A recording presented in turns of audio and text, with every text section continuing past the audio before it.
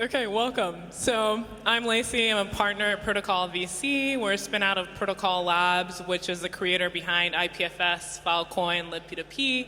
We've been investing since 2017, so early investors in tons of infrastructure projects and non-infra projects like WorldCoin. And yeah, I think we can kick things off with having everybody introduce themselves. Maybe let's start at the end here and work our way up. Sounds good. Hello. My name is Fig, one of the co-founders of Squid. And my background, I was in medicine and TradFi before crypto. I'm an engineer as well. And I've been building cross-chain swaps and developer tools for essentially chain abstraction for a few years now. And we work with Filecoin, one of the first providers to swap into Phil from any chain. I'm Dean Tribble. Is this live? Yes, I'm Dean Tribble. I'm CEO of Agoric and have been working on smart contracts and large-scale distributed systems for entirely too long now, starting with the first production smart contract long before blockchain, with a vision of software enabling strangers to cooperate. And chain abstraction and orchestration is the realization that the crypto environment is realizing they need for this next wave of growth. And I'm excited to be up here and talking about it with y'all. Hi, everyone. I'm Adair from Abstract Money, and I'm co-founder of Abstract. So I come from the Web 2 space. I worked at AWS. I was on the network firewall team, working on large-scale distributed systems inside of AWS. Bringing this knowledge over to the interchain, I saw that we had a problem with interoperability, and so we built Abstract to allow you to control any chain and build amazing interoperable cross-chain applications. Hey everybody, I'm Austin from Omni Network. So originally we started focusing on this in the Ethereum ecosystem. Originally primarily focused on Ethereum, but we got L2s and Ethereum got pretty messy. So we started focusing on basically abstracting away L2s at large. Yeah. Mr. BurntBanksy. Oh, hey, I'm BurntBanksy. Spoilers. I got that name because I burned a Banksy, the founder of Xion, working on chain abstraction. So I think we'll start with our first question. What is chain abstraction? We've been tossing that word around a bunch. So maybe let's start with you, BurntBanksy. Yeah, I think it's a buzzword that kind of just means everything from interoperability to, honestly, it just means everything. Yeah. All right, I'll give a slightly more nuanced, one might say intelligent response than what, yeah, than what. Let's hear your intelligent response. Yeah, I mean, chain abstraction is just like you have to think about the chains. You don't think about AWS or GCP. Oh, what, you want to hop in? Oh, okay. Yeah, you just don't have to think about the underlying internet infrastructure, and crypto is clearly going through a similar evolution where we won't think about the underlying chains. So this is a relatively new design paradigm. I feel like people have picked up attention on this like past 9 to 12 months. But yeah, I think this is clearly where the space is going at large. Completely agreed. Let the users focus on the applications, and coming from a developer side, you want developers to be able to access the abilities of every single chain without having to change their code. They should be able to build on every single one of these DeFi primitives, access all of that liquidity, and make use of this technology as it improves. Because when you build on one chain, you're stuck with that platform. And so chain abstraction allows you to eliminate that platform risk and build anywhere you please. It's also useful to note, so I agree with everything except what Burnt does. That's fair. There's what does it take as a developer to be able to easily build applications that make use of other services on other chains, that spread across chains, right, where you can sort of view all of this explosion of chains as they're connected, but they're not really interoperable, right? You can't easily program across them. And if you think of them as microservices, right, in Web 2, you've got lots of microservices, and you pull them all together into delivering simple user experiences. But the other side of chain abstraction, and it's the one that has been driving a lot of the reason for the narrative and a lot of the power of it, is it's about what the users want. Users want to use crypto assets and services independent of the underlying platform. And there's lots of ways you might approach that, But that's what's necessary in order to get the next generation of users, is keeping that in mind. As, you know, users don't care about your tribe, they don't care about your technology, they don't care about a lot of stuff. What they care about is getting their thing done. So if they want that NFT and their money's over here, figure it out. Don't make it their problem. And so that user focus is the critical thing that chain abstraction is bringing to the overall Web3 narrative, and and we need to keep that going, and that's the reason why it has momentum. Yeah, I agree with what everyone here said. I think that Except for it isn't everything. One more example that I give is the centralized exchange use case, which I think 90% of crypto users today are using centralized exchanges just to buy and sell tokens. And there's actually a token-first approach to crypto rather than a chain-first approach. And I think that's what chain abstraction is getting us towards. They no longer need to care about the chain anymore. They just care about this thing they saw in YouTube or maybe the company which they want to invest in. And to do that, you shouldn't need to think about chains or anything to do with blockchains. You should just be able to interact with an application on the internet and have it accessible globally, money, all these good things we like about blockchains with the best user experience possible. And actually, if I could jump in and apologize to Burnt.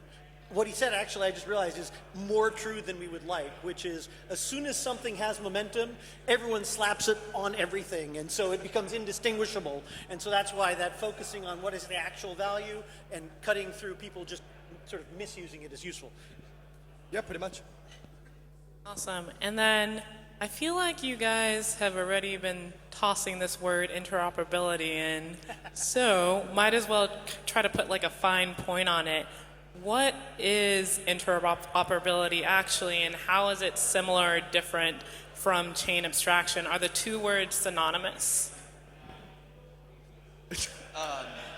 I think, I guess the way that I see it is that interoperability is kind of merged into the idea of chain abstraction, where very similar, like you look at narratives in this industry, like synthetics became RWAs, and in my mind, interoperability kind of just morphed itself into chain abstraction. I think it's just kind of past narratives that kind of latch itself to the new thing.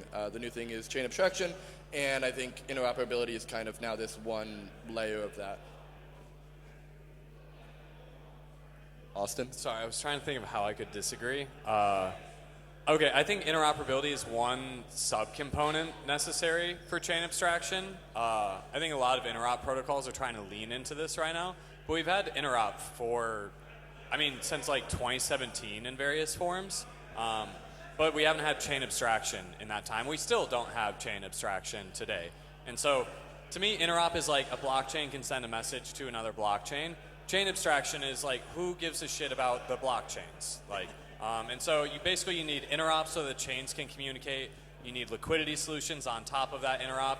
And then you need coordination mechanisms on top of those liquidity solutions so that the users don't have to think about moving their liquidity around. And you could call that orchestration. Yeah. And That's the word. That's the And you should. Yeah. So it's a subcomponent. We've had it for a long time. We need it for the chain abstraction vision, but chain abstraction is far more than just interop. Would tend to agree there, and also add that I think for the user side, you don't necessarily need explicit on-chain interoperability. That on-chain interoperability is needed for protocol level, application level chain abstraction, also known as orchestration, because that's how you build applications that communicate with the other chains and can orchestrate where that liquidity goes and combine a bunch of disparate user actions into one action. But you can enable chain abstraction completely off-chain, and you don't need these blockchains to be interoperable. You don't need Bitcoin to talk to Ethereum to enable a user to transfer Bitcoin to Ethereum. We've already had wrapped Bitcoin. It works in a completely centralized way. Yes, using smart contracts, but we didn't need interoperability to enable that. So interoperability enables application-level chain abstraction. When we did the IBC, and there wasn't really interop before that, right? I mean, there were a few people working on it, but all these chains thought that I was going to be the one true chain, everything else would wither on the vine, and everyone would operate on Ethereum, Solana, Internet Protocol, pick 16 different chains, right? And the thing that people are calling, and Zucky and I did the roadshow for IBC, and a bunch of other people did, and there was this sudden changeover. Originally, I think really Osmosis got the go-to-market for IBC to happen, where 6 months later, everyone's been doing interoperability for the last several years, and we're all about interoperability, and it's absolutely the thing. But what people talk about as interoperability right now, I think of as mostly just the connectivity. Right, you've got this explosion of clusters of Celestia, Saga, Dimension, whatever it is, of modular expansion with some level of connectivity. You've got IBC, of course. You've got Hyperlane and Axelar and all these things. But you still have to hand carry your assets from one chain to another, right? You can't go into an app. Oh, there's an NFT. Push button, buy it. My money's over on ETH or it's on Tron, whatever it is. I don't care. Just get it to me, right? In the same way, I go to a website and I say, yeah, buy it, and this website uses Bank of America and my money's on Wells, so I'm out of luck, right? It's like, no, that's not what we want. And so the thing that orchestration brings to connectivity is the ability to program use cases that span different chains and use the connectivity to accomplish something that spans across chains. And as it says, you can do some of that kind of chain abstraction stuff off-chain, where I have a thing that runs off-chain that has a signed transaction there, a signed transaction there, and so my multi-chain use case happens. But being able to move that stuff so it's a smart contract gives us that next level up. And so we're still building towards the level of interoperability that people expect out of the internet. We still have a ways to go to get that on Web3. Yeah, well said. I might just add one small thing about interoperability. I think we had interoperability since Bitcoin. I think that was one of its fundamental innovations, is it actually lets anyone in the world to transact with anyone else. And that's interoperability to me. And we're just broadening that use case over time with more and more technology. And now you can do it across chains, across smart contracts. Different programs can interact with each other. But the core tenet of anyone being able to interact with anyone permissionlessly, globally, instantly is interoperability to me. And I think we're really close to having that in production now. So as a founder today, in 2024, what do you think are some of the most important considerations for actually enabling chain abstraction? And you can also answer that as if you're building from today, too. I would say funding is pretty important as a founder. Just ensuring that there's funding, team, very, very strong Twitter account. I think these things are all very important for the future of chain abstraction. As a practical matter, absolutely. You have no team without that. Yeah.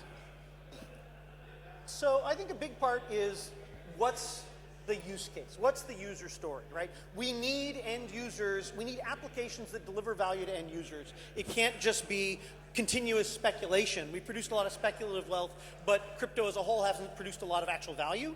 And that requires delivering some valuable solution to an end user that is not just someone speculating on token value.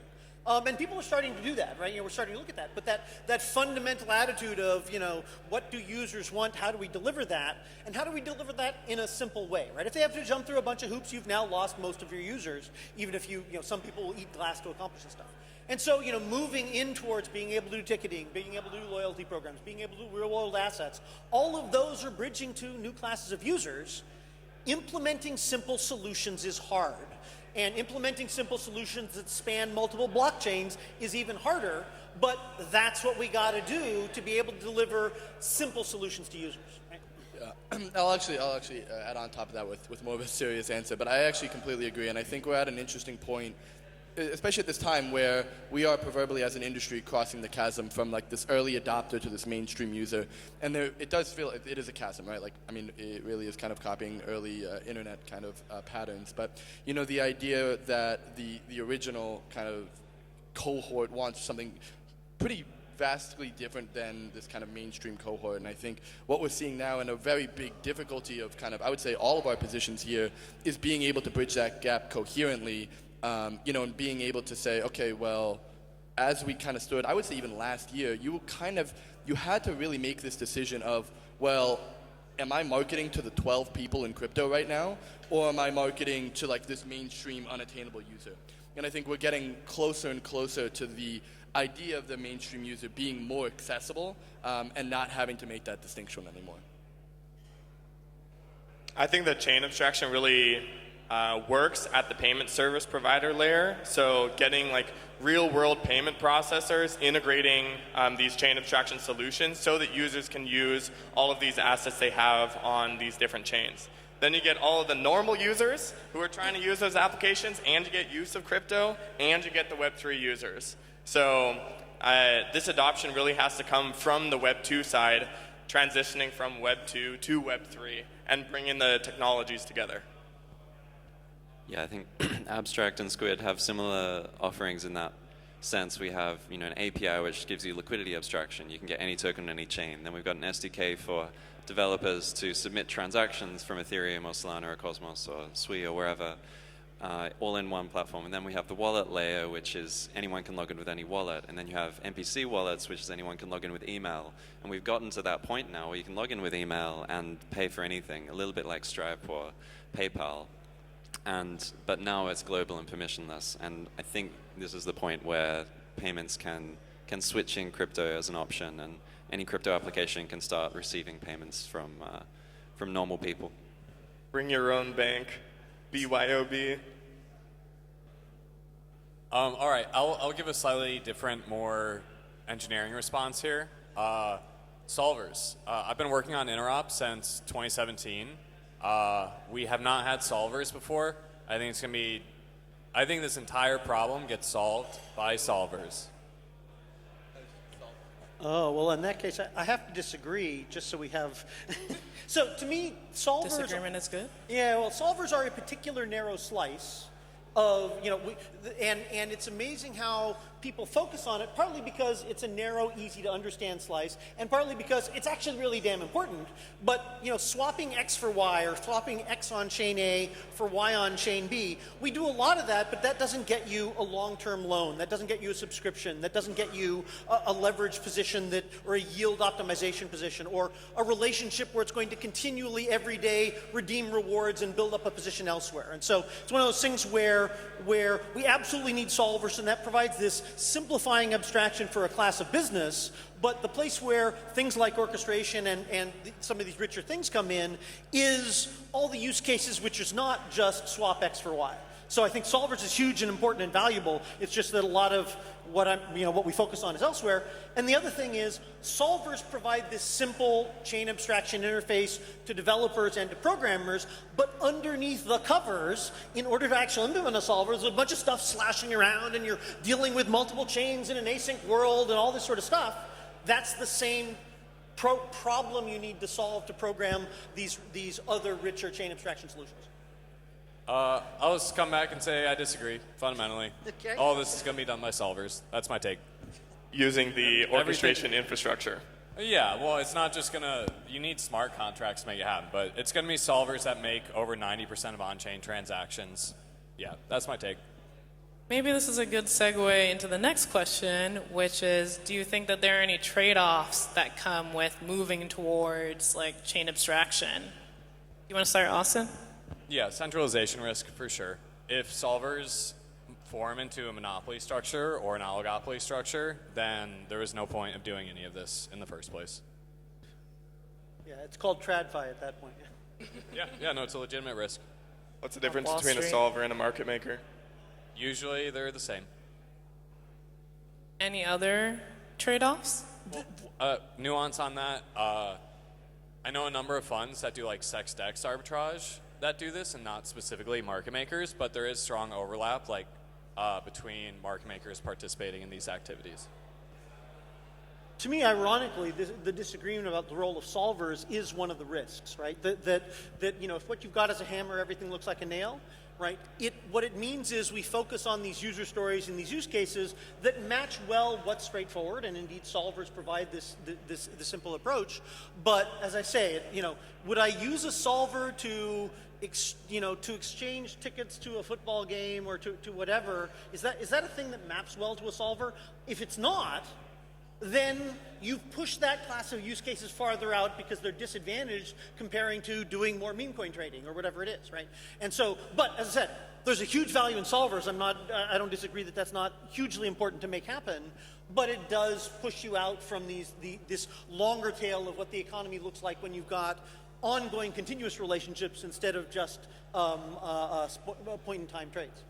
Yeah, I think there's really interesting things that are offered by orchestration, especially on chains like Xion's, because when Xion is performing all these cross-chain transactions, all of the users are submitting transactions to be executed elsewhere, on Ethereum, on Solana, on all the Cosmos chains. Xion gets access to all that user order flow, and you can use solvers to make those orders more efficient and still have it be completely decentralized. And so there's like also different types of solvers. There's on-chain solvers that perform transactions on a chain to solve these inefficiencies that users create, but there's also like cross-chain solvers that solve them by looking at the mempool on EVM chains, for example. So, yeah. Yeah, I agree.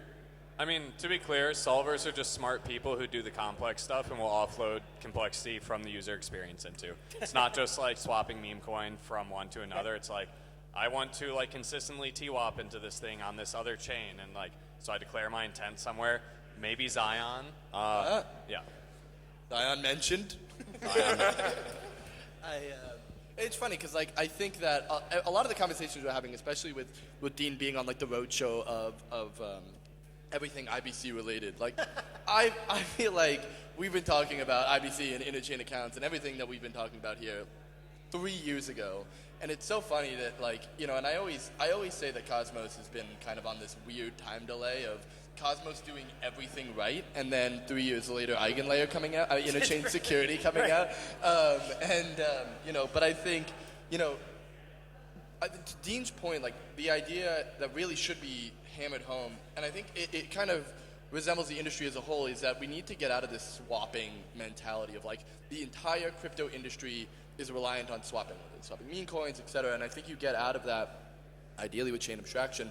But once you can kind of get out of this idea of, whether it be solvers or however you want to call it, but this, I would say, like swap mentality of like, I'm going to do this and that thing is just getting something else. I think that's just kind of speculation in its own end. So what's funny is, we do a lot of these orchestration use cases. We talk to lots of people. People are starting to build on this stuff. Many of those use cases have a swap in the middle, right? I mean, so it's, I don't think, as I say, swaps, solvers, narrowly focused on solvers for swaps. And as you said, you can do solvers for other things, but in some sense now we're talking about how do we build those other things. But the thing that orchestration brings is do something, do a swap or a transfer, and then do something else. I swap into this token, and then I stake it, and then I redeem rewards every day, right? Or I swap into USDC, move it over a protocol, and buy an NFT, or whatever it is. And it's in order to get the end user use cases as opposed to the core financial use cases, we need that, do the financial thing and then do something that the user wanted at the end. And it's funny because like I think when I look at that, my immediate mind goes to Auth-Z, kind of in the Cosmos module, right? And I think it's extremely funny because all of these things, you look at what Auth-Z was used for the predominant use case, it was just like auto-compounding staking rewards. Yeah. And I think once you can kind of get out of that and say, wow, a lot of these things have been built, but there's this kind of mental block where it's solved by orchestration, it's kind of solved by chain abstraction, whatever words you want to put on it. I don't think a lot of the things that we're talking about here is inherently new, but I think the mindset has kind of changed in a way that has allowed for different applications that hasn't only gone to the crypto native.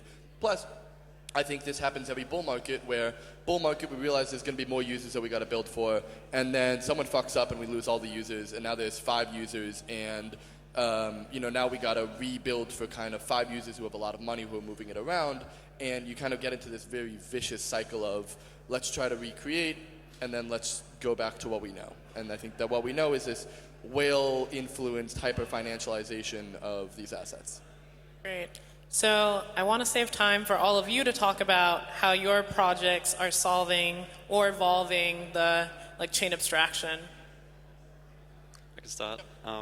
So Squid is able to do these. You do an action, and then you swap, and then you do an action. So I think we're working with over 400 projects who are using our API, widgets, SDK to build these cross-chain flows. And that's everything from like Immutable using us for purchasing NFTs and onboarding into games.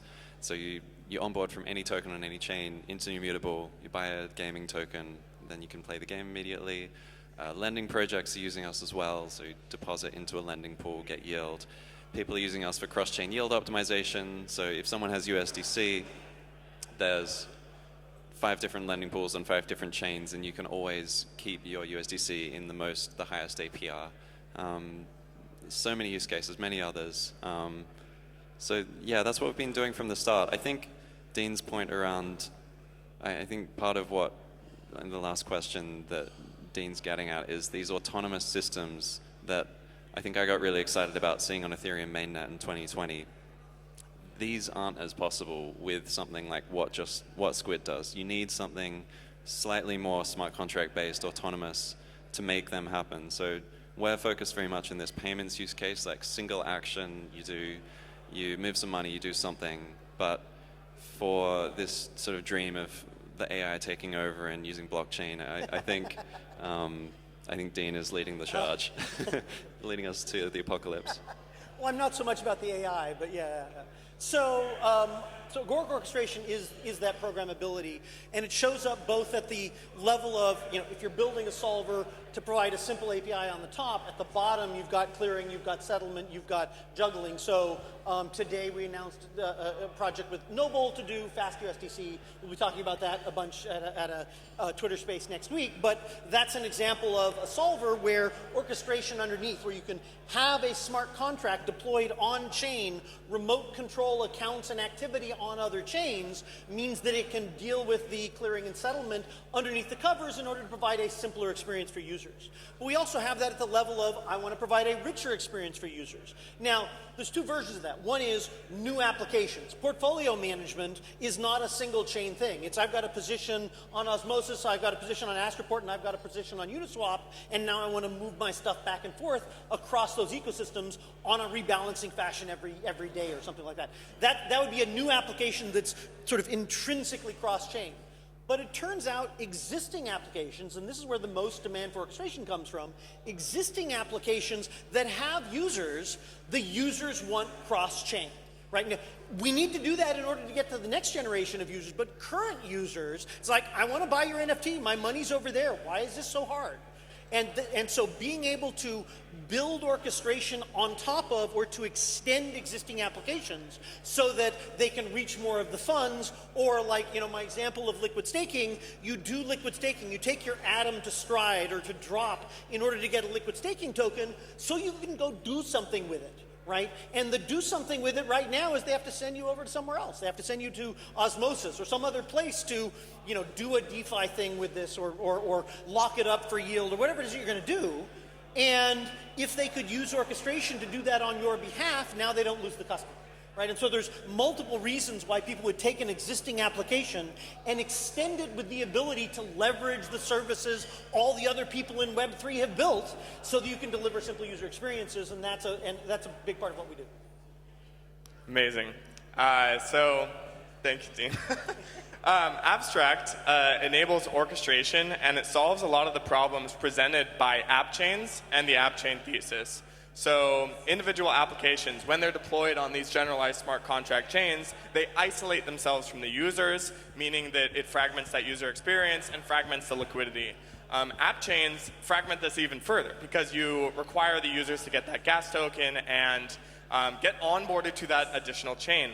Abstract solved this by developing abstract accounts and developing an interchain accounts product that allows those abstract accounts to control accounts on other chains. You use the Abstract SDK to write these programs similar to Agoric orchestration that you can run on these abstract accounts to control liquidity, to control accounts, and to perform actions on any chain.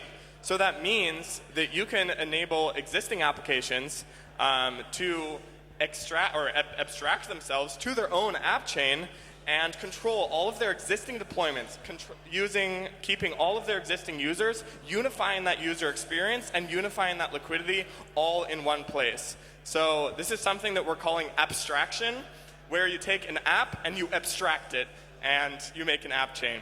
And yeah, accomplished by interchain accounts and orchestration, and we're really excited about abstraction. All right. Not to be heretical, but I don't care about Cosmos that much. I've been building in the Ethereum That's not heresy, ecosystem. that's Blasphemy. We're going out to no, ETH I'm too. just kidding. Q4 is all about getting to ETH. Cool. Yeah. So I've cared about ETH for the past for more years than the past 3, but for the past 3, been very focused on like what happens when we have a bunch of rollups. A majority of activity in capital is over there right now, and we're in this point where like Ethereum's super fragmented. I don't think it's going to get solved ever. I think it's going to be perpetually extremely fragmented, but I don't think it'll matter because of solvers. So I would say as we kind of said on here, Xion solves the kind of the aspect of chain abstraction very well. And that's it. Thank you, everybody. Thank you. Thank you.